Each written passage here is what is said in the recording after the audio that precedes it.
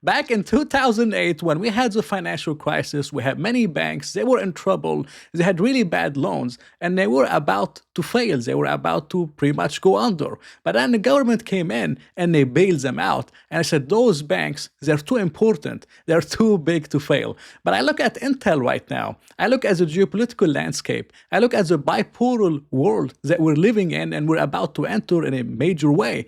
And I look at everything that's happening in the world. I'm like, Intel is too important to fail. And we're starting to see a lot of initiatives from the government to bring in manufacturing, chip manufacturing to the United States to strengthen, the manufacturing capacity and for national security concerns. And we're seeing companies like Taiwan Semi offering Intel a stake in the company for them to manage it and enhance Intel's chip making capabilities.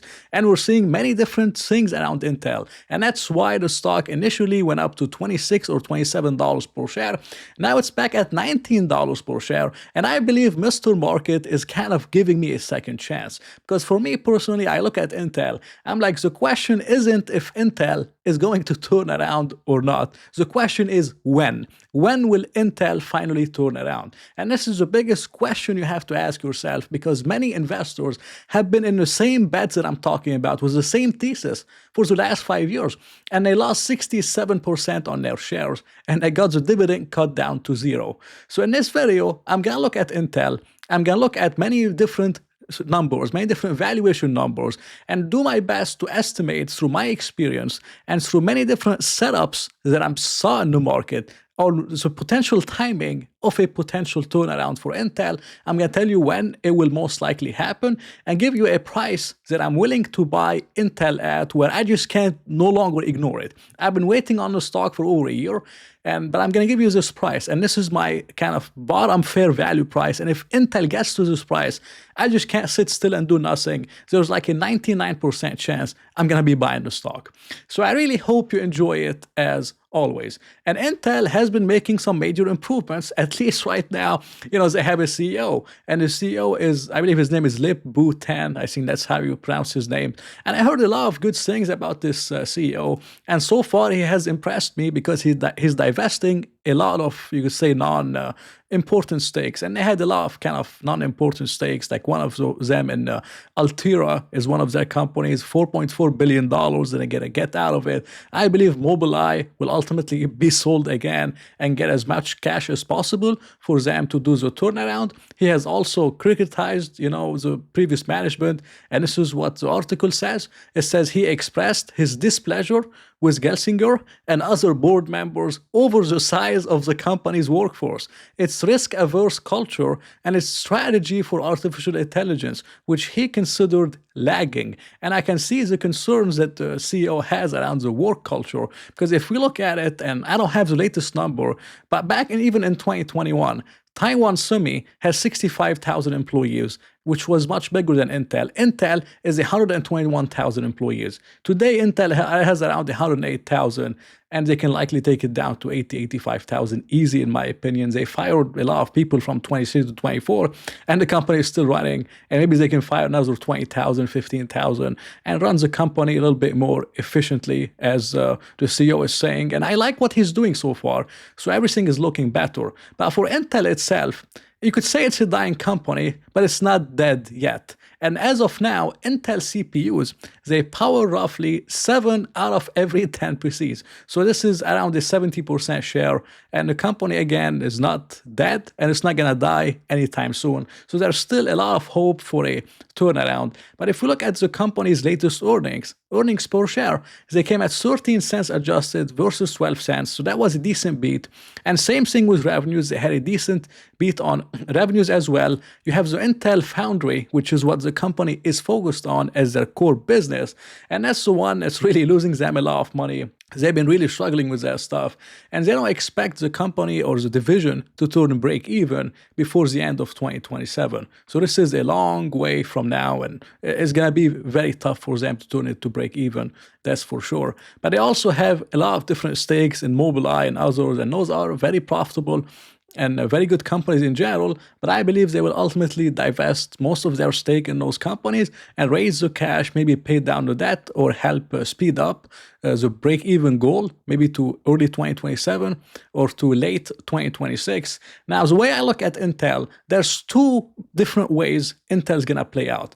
The first way Intel's gonna play out is either some kind of company invests in it, or maybe the government, whenever they establish their sovereign wealth fund, maybe they give Intel like a $20 billion loan or $10 billion loan, or they do some kind of an investment in Intel for Intel to succeed and for the United States to reclaim some kind of chip dominance or at least chip sovereignty in the US. So either the government's going to get involved or another company is going to get involved. And this company is Taiwan Semi. And Taiwan Semi, just a few days ago, they gave a proposal to Intel. And this proposal would give Taiwan Semi a 20% stake in the company in a new joint venture. Intel and other US semiconductor companies, most likely AMD and Nvidia, would hold the majority of the shares in the joint venture. In return for Taiwan Semi's stake, they would provide training and insight into chip making techniques. So they would pretty much manage the chip technique and the chip making kind of business. They would train Intel and train everything about what they know, how they make them so efficiently and all their secrets and all that kind of stuff. And that would be, the stock maybe would go up 30 to 50% a day. It would be something insane if some kind of deal ends up happening.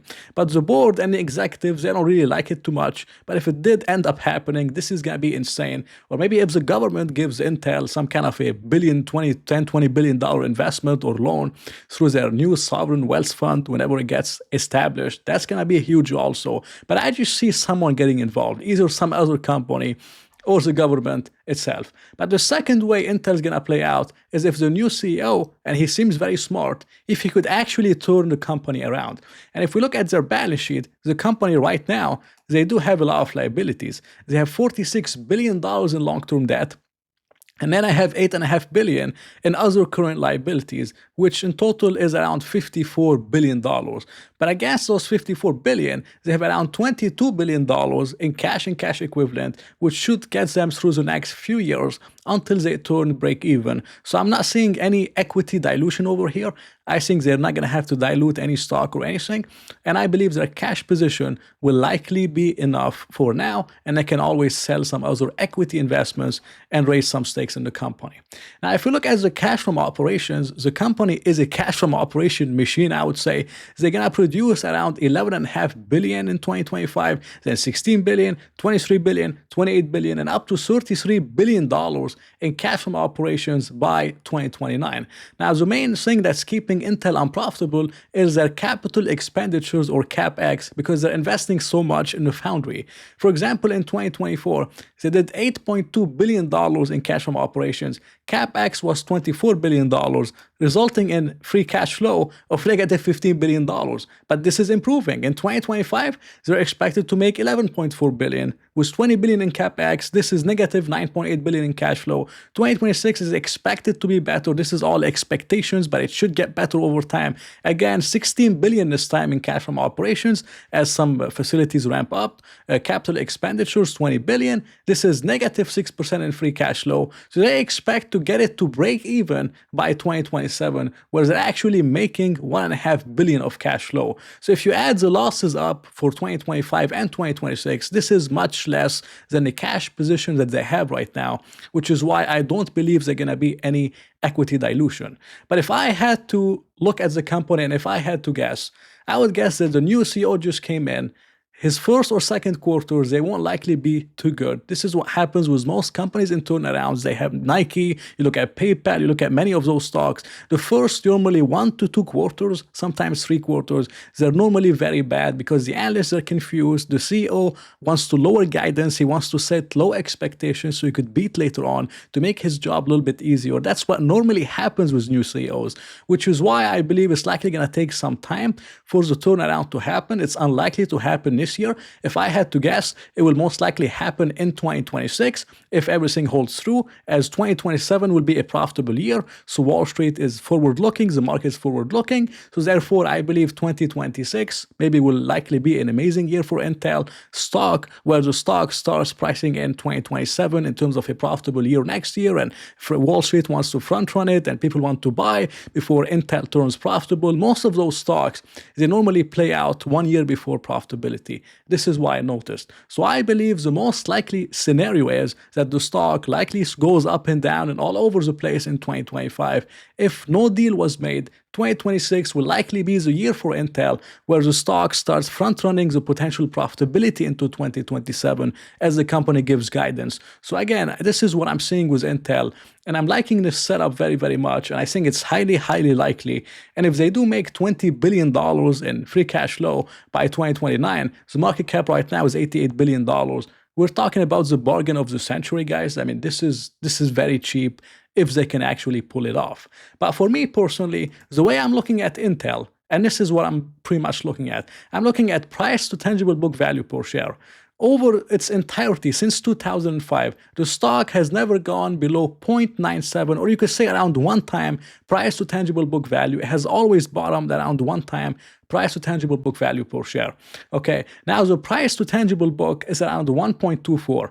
1.24 is dirt cheap for a company like Intel. And if we compare it to Taiwan Semi, which isn't maybe the best comparison, but Intel right now is trading around 1.27 price to tangible book value per share. Taiwan Semi is trading around 5.3 times. So 5.3 times for Taiwan Semi and only 1.2 times for Intel. I'm not saying Intel is going to trade at 5 times like Taiwan Semi, but Intel could easily go to 2 times tangible book, 2.5 times tangible book. This is dirt cheap still for a company like Intel. But for me personally, because I like taking margin of safety with such uncertainty, I want to buy Intel at 1 time price to tangible book. Tangible book is liquidation value. So if Intel takes all their assets, then they take out all the intangibles, all the brand stuff and all these kind of things, and they only sell whatever they have intangible assets, they get a certain price per share. And the price per share they would get right now is $16.37. So if Intel stock gets to $16.37,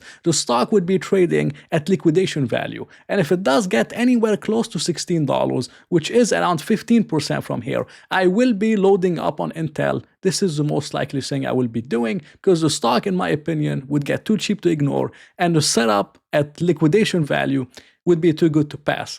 Now, the only trick is that this liquidation value number could change any time. So if the company takes on more debt, then the tangible book is going to go to $15 or $15.5. If they issue more shares, then the tangible book value per share will go down if they didn't create value per share in this period. So this could also go down to $15 or $14. So it could be a trap. But still, I would much rather take a chance at 16.37 than at 19 or 20. So I'm willing to wait for this 15%. If it gets to tangible book, I'm buying the stock and I'm holding it for a few years. If it works out, it's fine. I'm going to make a lot of money. If not, then I don't lose too much and I just walk away from it and I take the loss and move on. I take it as a mistake not to mess with cheap stocks. But if I get it at tangible book, I'm willing to take the risk reward, which is $16.37. And this is just my opinion on Intel, not financial advice. I hope you enjoyed it as always.